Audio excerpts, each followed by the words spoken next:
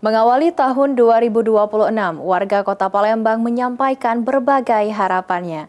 Momentum pergantian tahun dimanfaatkan masyarakat untuk menatap masa depan dengan optimisme dan semangat baru.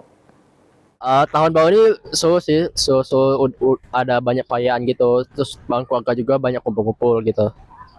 Mungkin harapannya ya bisa kedepannya bisa semakin lebih baik lagi, lebih bahagia juga, terus Palembang juga bisa makin maju, makin bersih, makin makin terdepan lah pokoknya biar nggak kalah sama yang tempat-tempat lain gitu.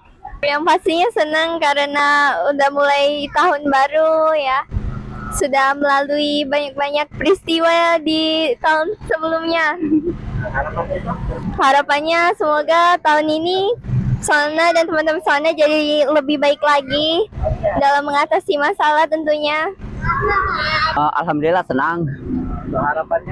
Harapannya pengen Palembang lebih maju lagi dan pemimpinnya lebih baik lagi.